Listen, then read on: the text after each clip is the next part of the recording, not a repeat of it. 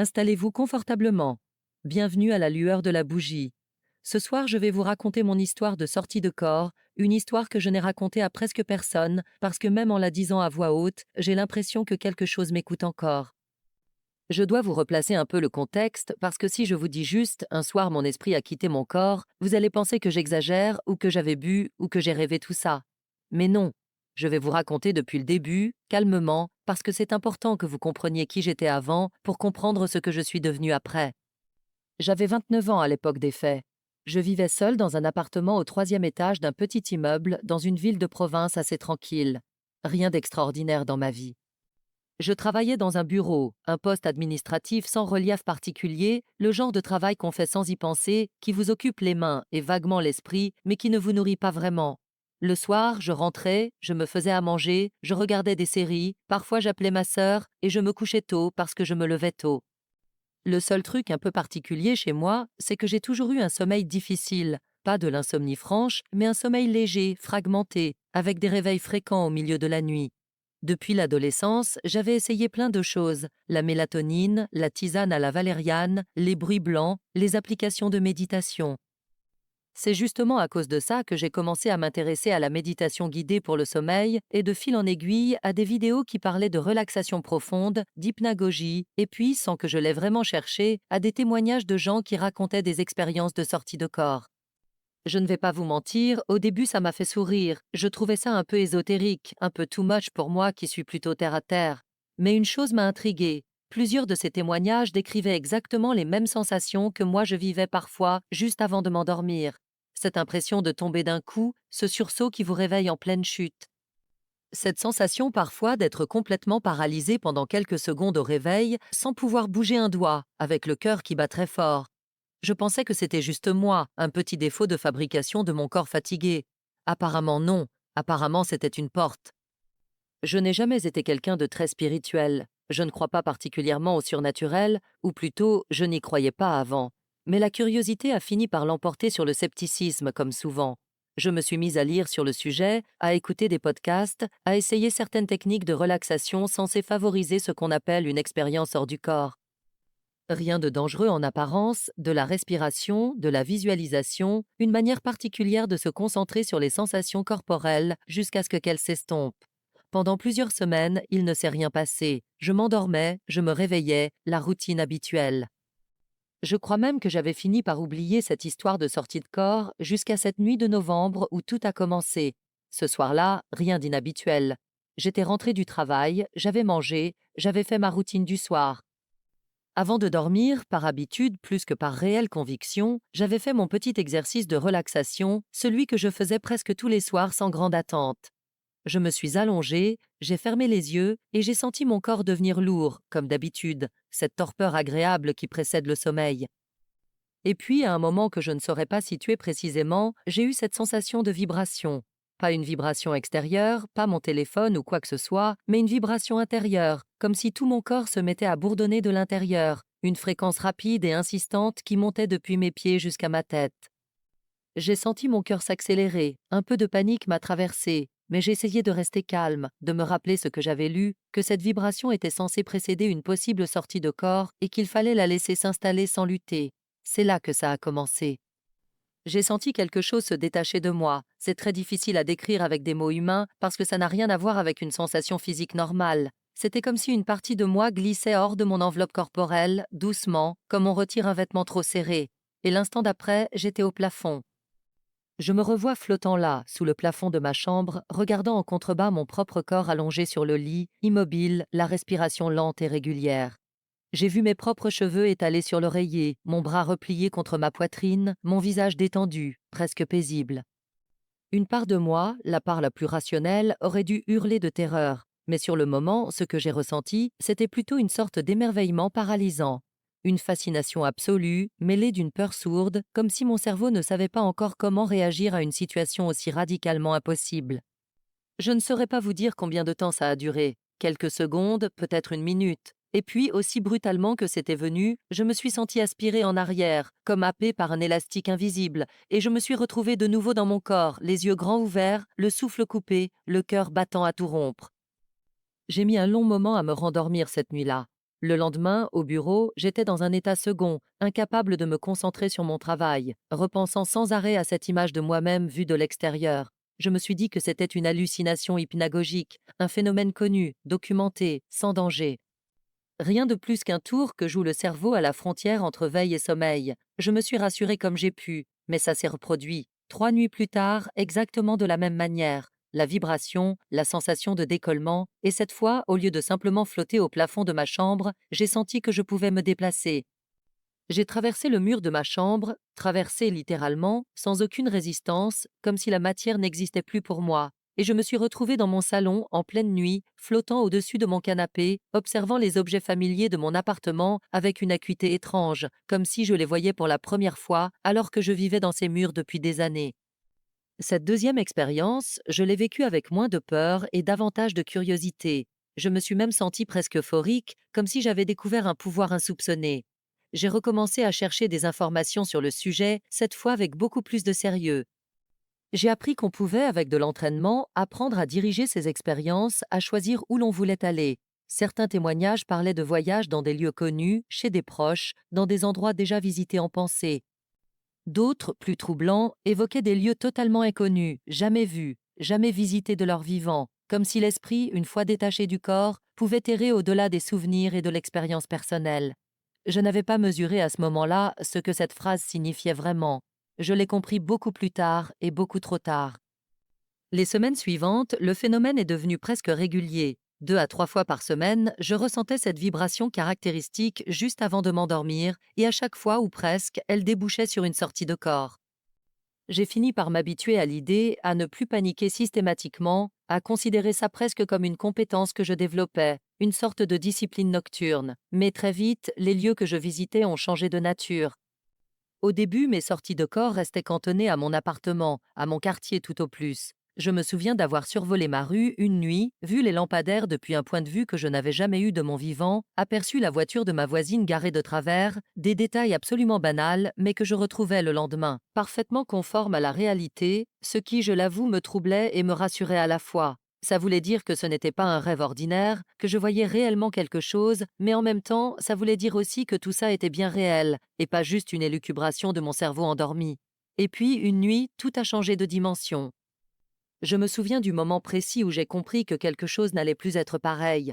La vibration était arrivée comme d'habitude, la sensation de décollement aussi, mais au lieu de me retrouver au plafond de ma chambre, je me suis retrouvée directement ailleurs. Un couloir. Un long couloir que je n'avais jamais vu de ma vie, aux murs recouverts d'un papier peint défraîchi, à motifs floraux fanés, sous un éclairage jaunâtre et vacillant, comme une ampoule à bout de souffle. Le sol était en linoléum craquelé, avec cette texture particulière, granuleuse, que j'ai encore l'impression de sentir sous mes pieds, même si je n'avais pas de pieds à proprement parler à ce moment-là. C'est difficile à expliquer. Je n'avais pas de corps physique dans ce couloir, mais je percevais malgré tout des sensations, une forme de présence, comme si mon esprit projetait autour de lui une conscience du lieu suffisamment précise pour ressentir sa texture, son odeur, sa température. Et l'odeur, justement, je m'en souviens avec une clarté qui me glace encore aujourd'hui. Une odeur de renfermé, de poussière humide, mêlée à quelque chose de plus organique, de plus difficile à nommer, quelque chose qui évoquait la moisissure ou peut-être, je n'ose pas trop y penser, quelque chose de plus proche de la décomposition. Je me suis déplacée dans ce couloir, portée par une sorte d'instinct, sans vraiment décider de le faire. J'ai longé plusieurs portes closes, toutes identiques, en bois sombre, avec des poignées en laiton ternis par le temps. Au bout du couloir, une fenêtre laissait entrer un peu de lumière, une lumière grise, comme celle d'un crépuscule permanent, sans qu'on puisse dire si c'était le matin ou le soir. Dehors, je ne voyais rien de reconnaissable. Pas de rue, pas de bâtiment familier, juste une étendue sombre et floue, comme si le monde extérieur à ce couloir n'existait tout simplement pas ou n'avait pas encore été généré, pour utiliser un mot qui, je le sais, sonne étrangement dans ce contexte. Ce qui m'a le plus troublé sur le coup, ce n'est même pas l'endroit lui-même, c'est la certitude absolue que j'avais de ne jamais y avoir mis les pieds, pas dans un souvenir d'enfance oublié, pas dans un lieu de vacances vaguement remémoré. Non, ce lieu m'était totalement, radicalement étranger. Et pourtant, je le connaissais d'une manière étrange, comme si mon esprit savait s'y repérer sans que ma mémoire ait le moindre souvenir associé. Je suis restée dans ce couloir, ce qui m'a semblé être plusieurs minutes, avant de sentir la traction familière qui me ramenait vers mon corps. Le retour a été plus brutal que d'habitude, presque douloureux, comme un choc sourd au niveau de la poitrine. et je me suis réveillée en sursaut, complètement essoufflée, le drap trempé de sueur alors qu'il faisait pourtant frais dans ma chambre. Le lendemain, j'ai essayé de me raisonner. Un rêve particulièrement vivace, me suis-je dit, rien de plus. Le cerveau est capable de générer des environnements extrêmement détaillés et cohérents pendant le sommeil, c'est documenté, ce n'est pas magique. Mais une inquiétude sourde s'était installée en moi, une sensation diffuse que je n'arrivais pas à nommer, quelque chose comme un pressentiment. Ce couloir, je l'ai revisité, plusieurs fois au fil des semaines suivantes. Toujours le même endroit, avec des variations minimes.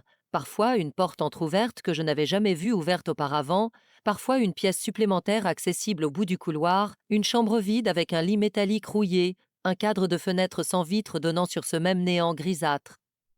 J'ai fini par comprendre que ce lieu n'était pas figé, qu'il évoluait, comme s'il se construisait progressivement au fil de mes visites, ou peut-être, et cette pensée m'a hanté bien après, comme si quelque chose de l'autre côté apprenait à me connaître et adaptait le décor en fonction de moi.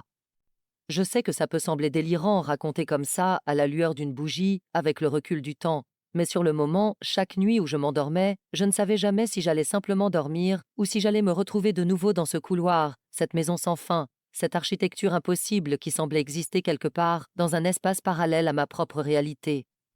Et puis, il y a eu la première fois où je n'étais plus seule là-bas. C'était une nuit comme les autres, la vibration, le décollement, et me voilà de nouveau dans le couloir. Cette fois, une des portes, tout au bout, était grande ouverte, ce qui n'était encore jamais arrivé.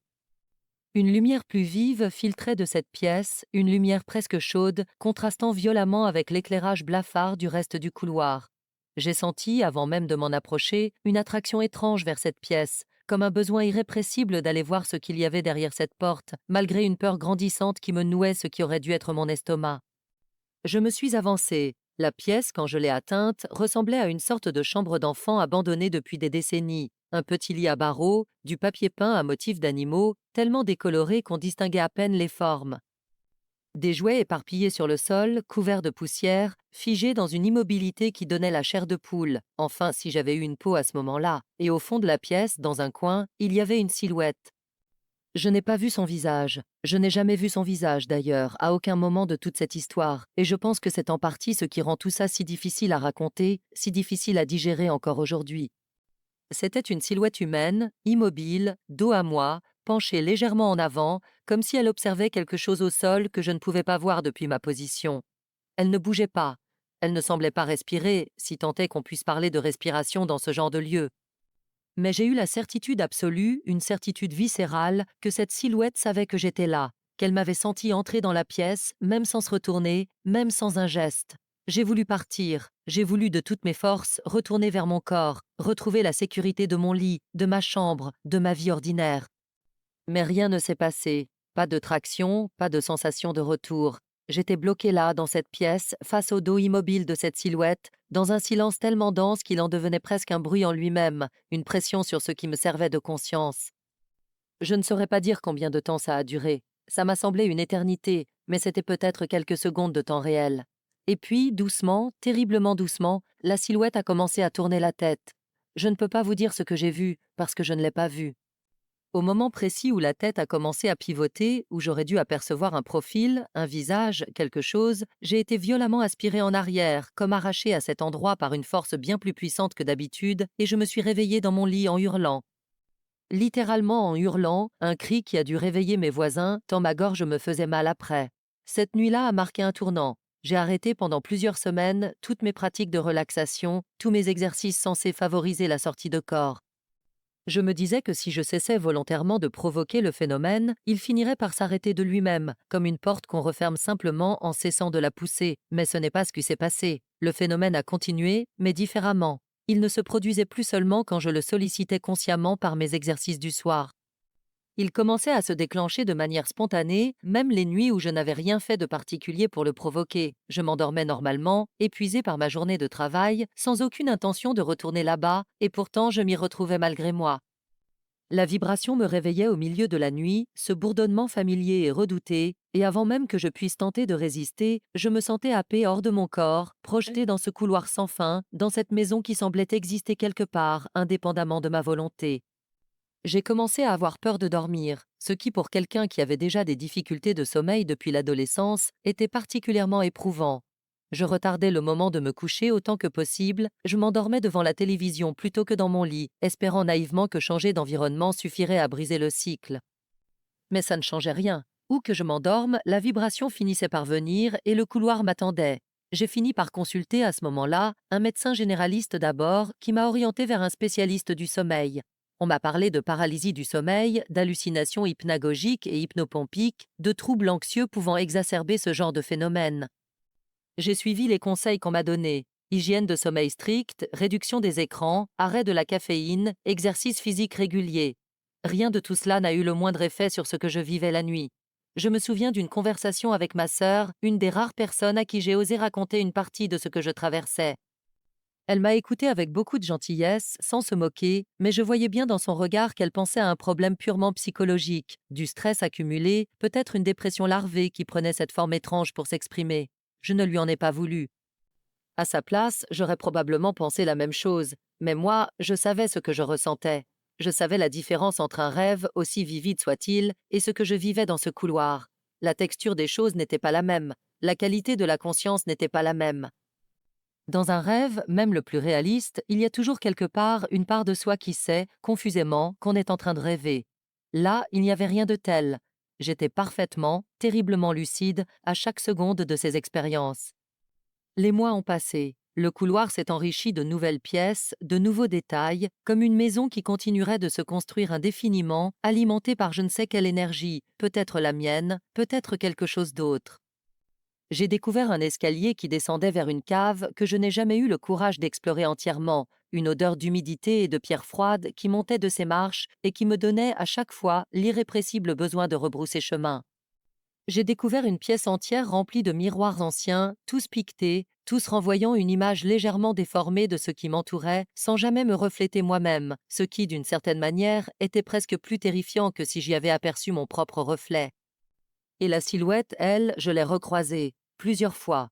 Jamais dans la même pièce, jamais dans la même posture exactement, mais toujours reconnaissable à cette immobilité particulière, à cette façon qu'elle avait de me faire sentir observée avant même que je ne l'aperçoive. Je crois, et cette pensée m'a longtemps semblé insensée, avant de devenir, avec le temps, une certitude presque tranquille, je crois que cette silhouette n'était pas un simple élément de décor produit par mon esprit. Je crois qu'elle habitait réellement ce lieu, d'une manière que je ne saurais pas expliquer, et que chacune de mes visites l'a rapprochée un peu plus de moi, comme un jeu de pistes macabres dont je ne connaissais pas les règles. La dernière fois où j'ai vu cette silhouette, les choses ont pris une tournure que je n'oublierai jamais, et c'est cette nuit-là qui a fini par tout changer. C'était plusieurs mois après ma première sortie de corps. J'avais fini, avec le temps, par développer une sorte de tolérance à la peur, une habitude presque professionnelle de ces visites nocturnes, même si l'angoisse ne me quittait jamais complètement. Cette nuit-là, la vibration est arrivée plus intense que d'habitude, presque douloureuse, comme si tout mon corps se mettait à trembler de l'intérieur avec une violence inhabituelle. Le décollement a suivi, brutal, rapide, et je me suis retrouvée non pas dans le couloir habituel, mais directement dans cette chambre d'enfant que j'avais vue la toute première fois. La silhouette était là, au centre de la pièce cette fois, et non plus dans un coin. Elle me faisait face. Pour la première fois, elle me faisait directement face, et malgré l'absence de visage distinct, je ne saurais toujours pas vous dire de quoi elle avait l'air exactement, comme si mon esprit refusait ou était incapable d'enregistrer cette information. J'ai eu l'impression très nette qu'elle souriait. Ce n'est pas un sourire que j'ai vu, c'est un sourire que j'ai ressenti, une intention, une sorte de satisfaction glaciale émanant de cette forme immobile. Et pour la première fois aussi, elle a bougé vers moi. Un pas, puis un autre. Un mouvement lent, presque nonchalant, comme si elle savait que je ne pourrais pas m'échapper, que le temps jouait pour elle et pas pour moi. J'ai essayé de fuir, de me projeter mentalement hors de la pièce, vers le couloir, vers n'importe où sauf ici. Mais mon corps astral, si je peux l'appeler ainsi, semblait englué, comme pris dans une substance invisible qui ralentissait chacun de mes mouvements. La silhouette s'est encore rapprochée. J'ai senti, à mesure qu'elle avançait, une chute de température qui n'avait rien de métaphorique, un froid mordant, presque douloureux, qui montait depuis le sol et m'enveloppait progressivement. J'ai senti aussi, et c'est peut-être le souvenir le plus terrifiant de toute cette histoire, une sorte de poids invisible s'appuyer sur ma poitrine, comme si quelque chose cherchait à m'empêcher de respirer, alors même que techniquement, je n'avais pas de poumon à cet endroit, pas de corps physique du tout. C'est à cet instant précis que j'ai compris quelque chose d'essentiel, quelque chose que j'avais lu dans mes recherches sans jamais vraiment y prêter attention. Dans ce genre d'expérience, ce qu'on ressent comme des dangers ou des menaces peut avoir un impact bien réel sur le corps physique resté endormi dans le lit. Certains témoignages parlaient de blessures qui se manifestaient physiquement après un choc vécu en sortie de corps. Cette pensée m'a traversée comme un éclair et avec elle, une peur d'une intensité que je n'avais jamais connue jusque-là, une peur pour ma survie, pas juste pour mon confort psychologique.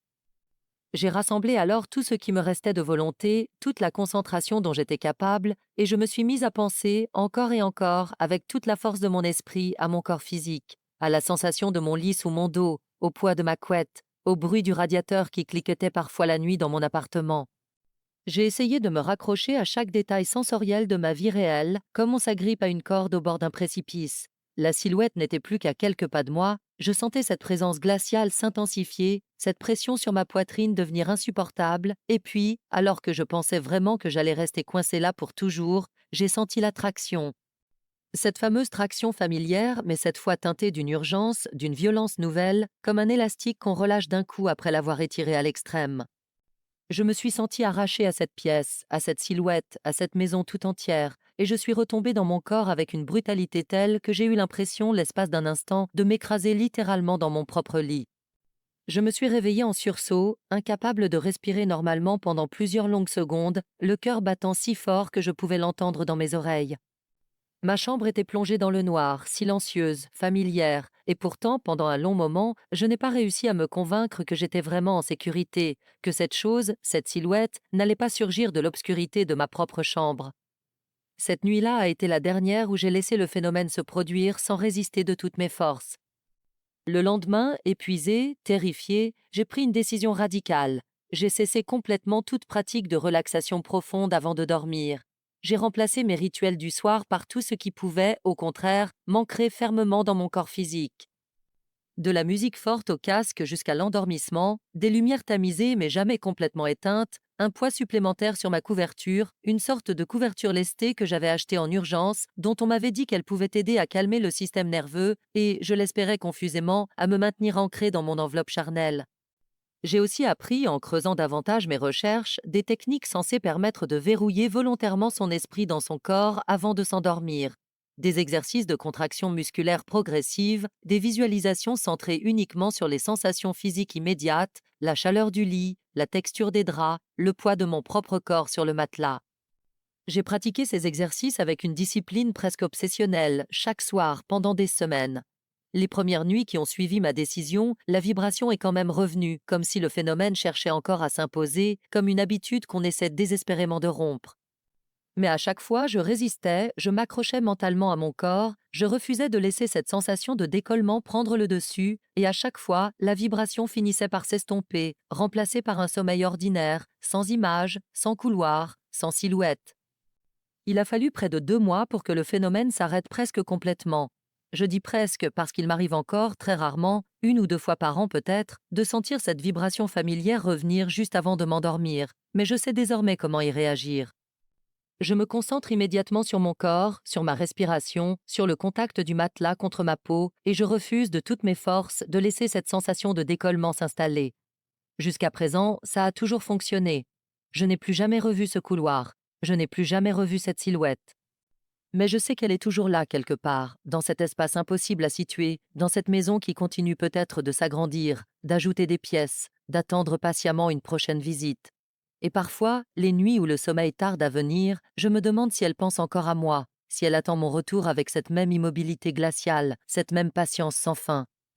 Il y a un détail que je n'ai encore raconté à personne, pas même à ma sœur, et que je garde pour vous ce soir, parce que je crois que c'est celui qui résume le mieux tout ce que j'ai traversé. Quelques semaines après cette dernière confrontation avec la silhouette, un après-midi de week-end tout à fait ordinaire, je suis tombée par hasard en faisant du rangement dans une brocante avec ma sœur, justement, sur une vieille photographie noir et blanc glissée entre les pages d'un livre d'occasion que je n'avais même pas l'intention d'acheter. La photo représentait l'intérieur d'une maison, prise sans doute plusieurs décennies auparavant, à en juger par le grain de l'image et les vêtements visibles sur les rares personnes qu'on apercevait au second plan.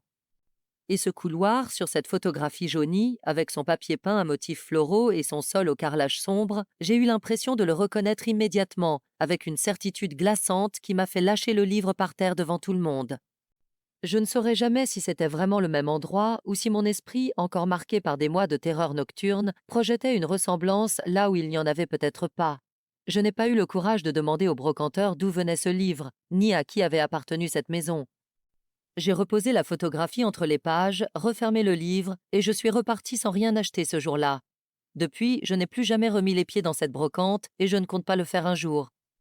Ce que je retiens de toute cette histoire, avec le recul, c'est à quel point on sous-estime la frontière entre notre monde et ce qui pourrait exister juste à côté, séparé de nous par quelque chose d'aussi fragile qu'un sommeil un peu trop profond, qu'une curiosité un peu trop insistante. Je ne dis pas que chacun de vous risque de vivre la même chose en s'endormant ce soir. Mais je sais, moi, que certaines expériences qu'on croit anodines, certaines applications de méditation qu'on télécharge sans réfléchir, certaines techniques qu'on essaie juste par ennui ou par curiosité, peuvent ouvrir des portes qu'on ne sait pas forcément refermer aussi facilement qu'on les a ouvertes.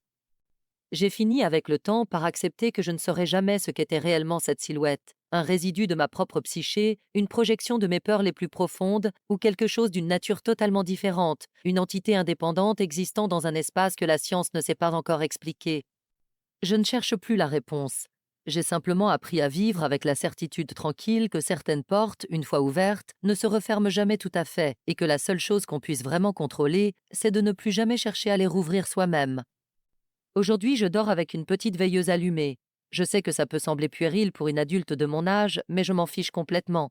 Cette petite lumière me rappelle, chaque nuit, que je suis bien dans mon lit, dans mon corps, dans ma vie, et que ce couloir, cette maison, cette silhouette, appartiennent désormais à un ailleurs que je n'ai plus l'intention de visiter. Merci infiniment de m'avoir écouté ce soir, et merci à vous tous de faire vivre cette communauté autour de la chaîne à la lueur de la bougie. Prenez soin de vous, verrouillez bien vos pensées avant de vous endormir, et rendez-vous demain soir à la même heure à la lueur de la bougie.